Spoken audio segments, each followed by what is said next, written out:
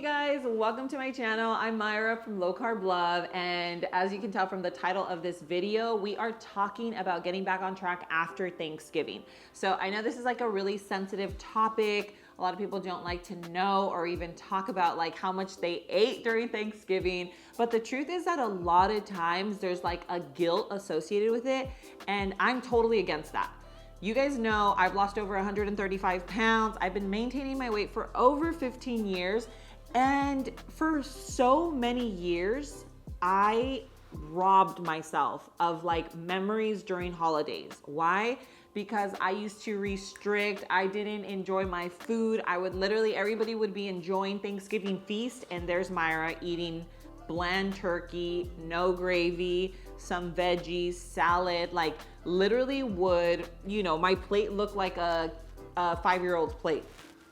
And obviously that is not the case now. That hasn't been the case for many, many years, ever since I started, just learning more about nutrition and stuff like that when I was a kid. There was no Instagram, there was no Facebook. I think back then we might have had MySpace, but now we have so many sources to learn from. There's, YouTube. I obviously learn a lot from so many different people. I do a lot of research. And so now I am aware of like how to live my life in a manner where I can enjoy all these memories, go to family gatherings, eat what I want. Now, don't get me wrong, if there are certain foods that trigger you and it's just gonna make you spiral down into that black hole and you're gonna end up, just like falling on the ground and, a month later you've gained 20 pounds, then you know what not to eat. I know what not to eat. You're not gonna do that. But you can go like, obviously Thanksgiving, you can go to a Thanksgiving dinner, enjoy your meal with your family, make memories. Guys, so many memories are made around food. We can't deny that. So my thing is, this is how I live my life, guys, okay? You guys know that I intermittent fast, and if you guys want a video on intermittent fasting, I'm gonna leave it linked in the description below. I tend to intermittent fast that day. So let's just say I know that we're gonna have dinner at about 5 o'clock, right? Because Thanksgiving dinner is usually 5, 6, 7. If I know that I'm gonna have dinner at 5 o'clock, I'm gonna start that day off with if I'm gonna fast as long as I can, so probably 12, 1 p.m. And then I'm gonna have something that's only protein, no carbs at all. So I'm gonna have like some salmon, maybe like a protein style burger, or just I would say instead of the burger with the lettuce and tomato and all that, I would just have like a piece of meat, maybe some cheese if you're not dairy free. I would do more of the salmon route, beef jerky, like things that are very, very low in carbs. Why? Because the protein's gonna keep you satiated. It's gonna have the healthy fats, because salmon obviously has healthy fats. Beef has healthy fats. There are a lot of foods that contain healthy fats that are 0 carb. And so that's gonna keep me satiated. I'm not gonna feel like snacking because the fat keeps you from feeling hungry, and it's gonna hold me off until that dinner. You're not gonna get bloated, because sometimes when you have, even if it's a salad, even if it's veggies, it'll make you feel bloated. So I tend to stick to protein. So intermittent fast, then I do my protein, and then I get to enjoy one meal. And I don't think of it as one meal. I just think of it, I'm gonna enjoy my evening, my Thanksgiving dinner. Guys, whatever that entails. Again, as long as it's not a triggering food for you, I am the person that is gonna tell you, enjoy your Thanksgiving dinner, enjoy it. Have the mashed potatoes, have whatever, have one plate, because those Thanksgiving plates are nice and big, right? Have a little bit of everything where you're not gonna feel restricted. That like the way our brain works, the more you restrict, the more you are setting yourself up to binge. Now, I've never talked to you guys about binge eating.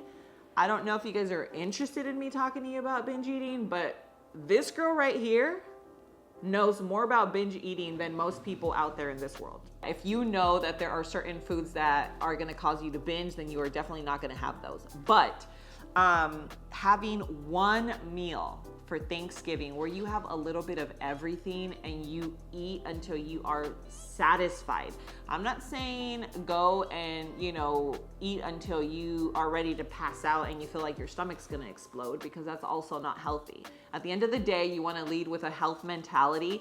And if you are, don't get me wrong, I do get full, super full for Thanksgiving, but it's not a binge full, not a full where I feel like my stomach's just gonna explode and I feel super uncomfortable and I'm just like, damn, why did I do that? Like, I knew I shouldn't have done that. No, you don't wanna do that. You just wanna be in a place where you are able to enjoy what everybody brings, everything you make.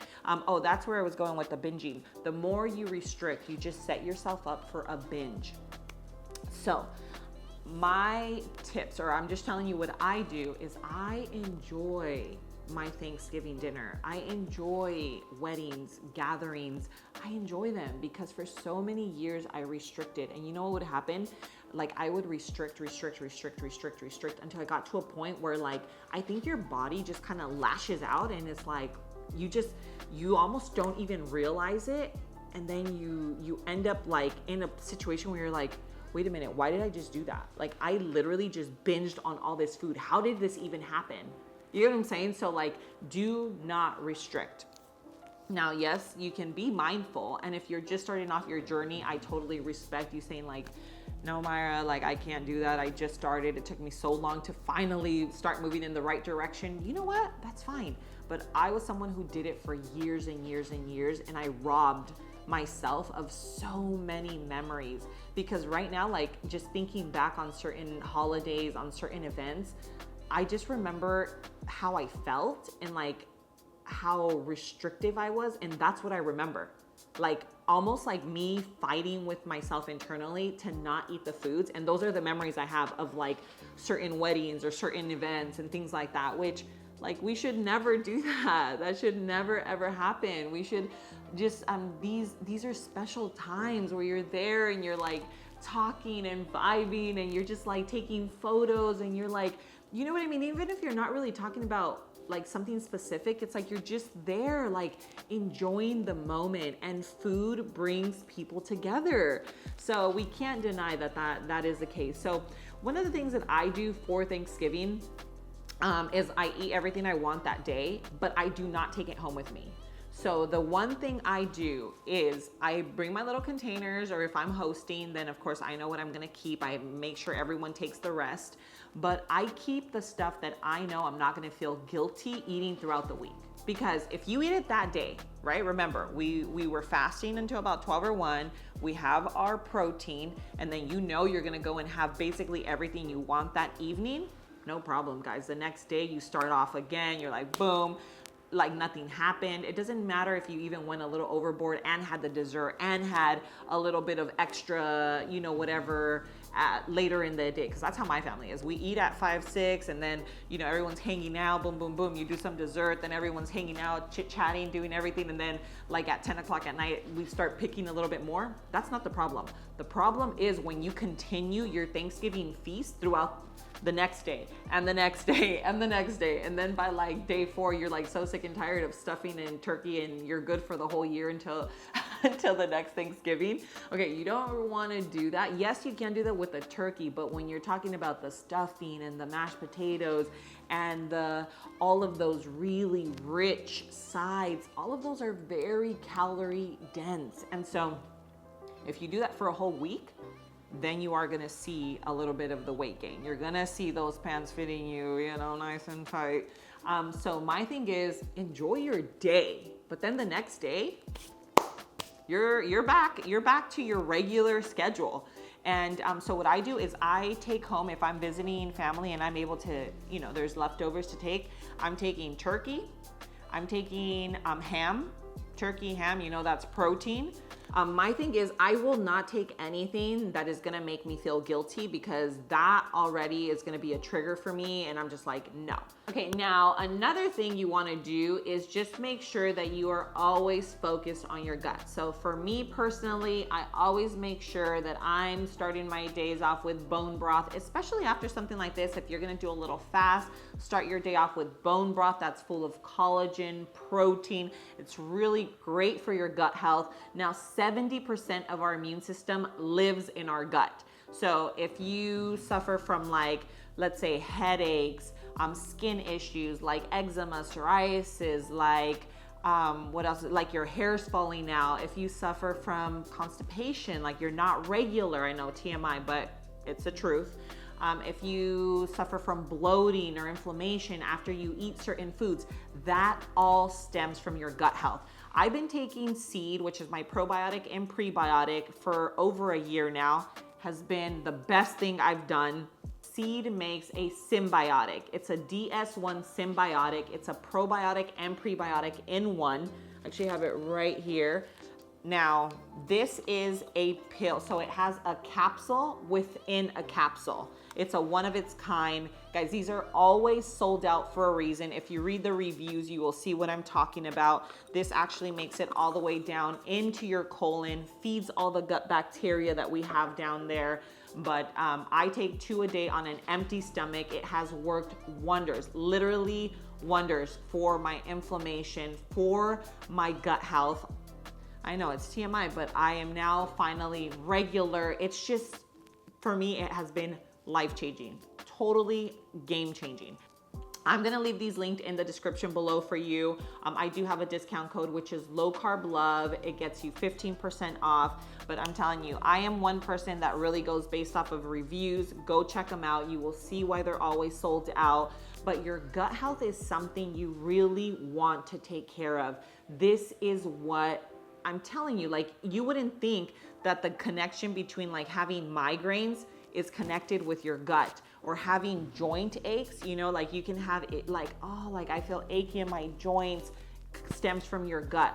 Psoriasis, like people that have really, really dry skin, or like you get patches on your skin, that stems from your gut. So that is another thing that you really want to focus on. And so another thing I wanted to talk about were like the memories over macros. So I just had my little notes, like memories over macros, which I've already talked about it. You don't want to steal those memories from these special moments over, you know, you trying to be so like careful with your macros. Don't get me wrong. I was like the queen of discipline. You can actually be very, very structured and very, very disciplined and do it in a healthy manner. But I'm just saying, you know, Siri, I am not talking to you.